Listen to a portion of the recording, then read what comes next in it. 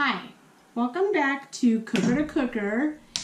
Today I'm not doing a challenge. I am going to do a tutorial on how I made my mousse and also making the fondant and rolling it out and putting it on a cake. So it's a simple cake. I made a spice cake and we're going to do a cream cheese, cheesecake filling.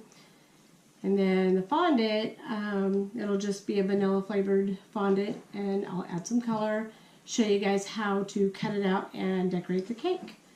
So first off, want your 1 pint of heavy whipping cream. And we're going to beat this until it forms some peaks.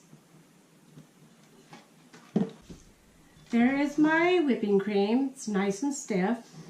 And I went to get cheesecake pudding, the little box, but all they had was sugar-free. So we're going to see how this turns out. Hopefully it tastes just as good as the regular. And I also want you to know when I made the whipping cream, I also had this bowl in the freezer so it was very cold. And now while whipping it, you just sprinkle a little in at a time and just keep eating it until you're finished sprinkling it in. And there you have it. There is a cream cheese mousse filling. And if you want a different flavor, just get the 3-ounce box of Jell-O pudding, whatever flavor, add it to your whipping cream, and then that gives you your mousse. Okay, now that the mousse is finished, I made 2 9x9 cakes, and I used a spice cake, which is like a cinnamon flavor. So I put some parchment paper back into a clean pan, sliced the tops off both, and I put the one layer back in. As you can tell, I cracked it. But anyways, now that we have this cold mousse, we're going to put this on now and then put the top on, and we're going to put it in the freezer so it really chills. So we're going to plop this on.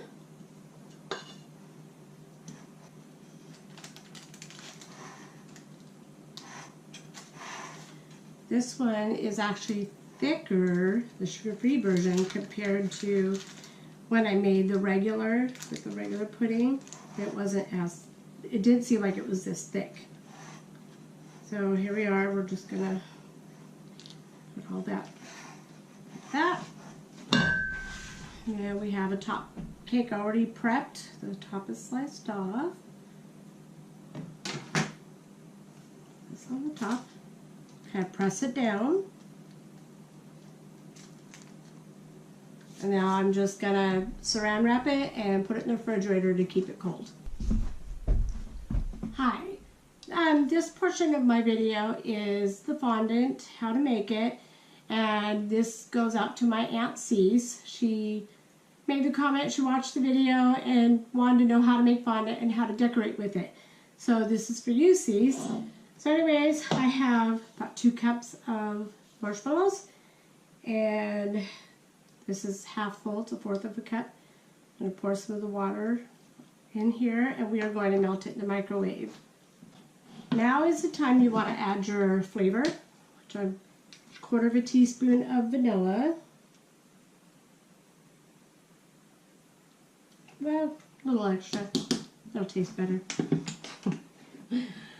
Stir that in. And since I did not make a Jell-O marshmallow fondant, I have to add my own coloring. So, pick from. It's going to have white frosting, so I'm just using a tub of cream cheese frosting. So we shall pick, I don't want black.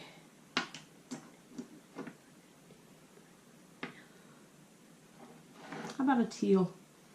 So these little colors, they're like a gel. You take a toothpick. This is how you use these. And they're also a Wilton's food coloring. So just dip your toothpick in the gel. It's on there.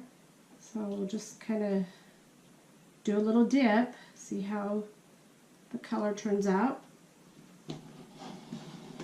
And then if you want it darker, just get another toothpick and do it again, which I think I'm going to. This is really pale. So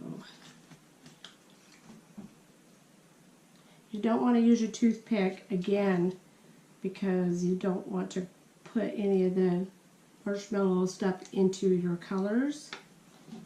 So let's see how this looks.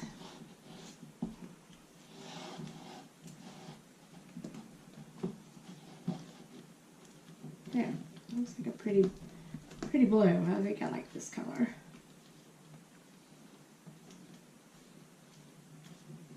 Okay, well, there's that. Alright, now that you got your color and your vanilla flavoring, or any other flavoring, you can use almond, whatever you can get. Then it's going to take about 3.5 cups of powdered sugar. And I just pour it all in. And it gets to be really sticky mess. Okay, well, so this is the powdered sugar already blended in.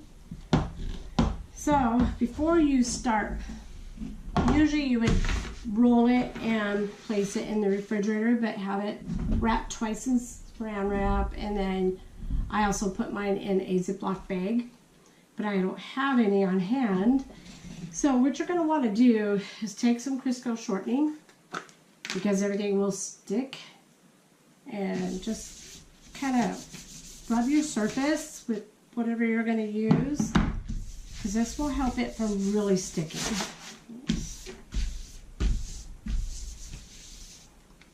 I'm also, this is a fondant rolling pin. I've got the thinnest band on here, so I just want it for decoration. I don't want it to be thick, so that's all greased up. And also, get your hands, because your hands will stick. We have powdered sugar, because you're going to want to knead your dough here to make sure that it's to a consistency that when you pull it, if it just stretches, it's not thick enough. So you want to keep kneading more flour, powdered sugar into it, and then when you pull it and it starts to rip, that's the consistency you want. Alright, we are ready to do our fondant. I have divided the dough in half to make a smaller amount at a time. And I have, which these are fondant cutters. So I have some butterflies and some fall looking leaves. It's fall somewhat near. So I'll go ahead and show you how to do this. So you got your new clean one, since I dropped it, or it rolled. Which, oh, this is easy. Normally, the fondant that I have rolled out has been cold from being in the refrigerator. This is really nice and smooth.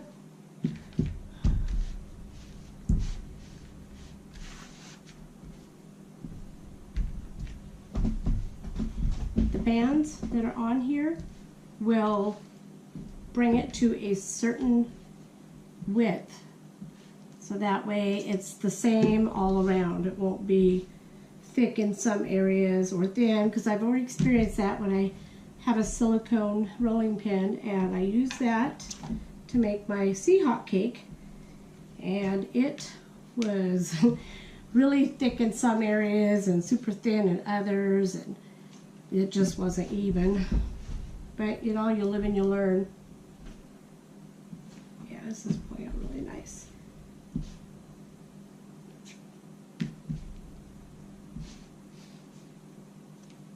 So yeah, if you don't want to use a frosting, this is a good way to decorate your cake, or just for decorations. I wanted to try something. This fondant rolling pin just puts little decorations in it. I'm not sure, I haven't used it yet. Pretty cool. Reminds me of a bath mat.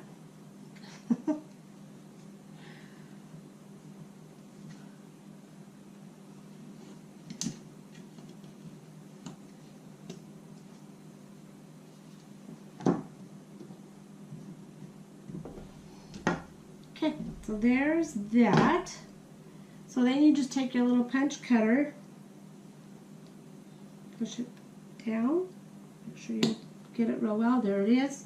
So it's in here, and it just punches out when you push it down. Okay, well, should have put it in the refrigerator to chill it for a while. For quite a while.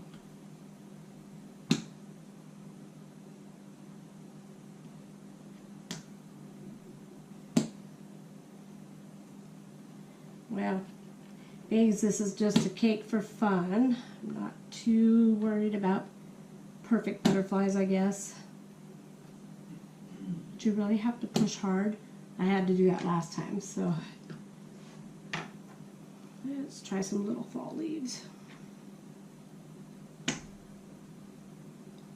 Very nice. So yes, all of us, including my granddaughter, we will be getting together tonight just to have a piece of cake.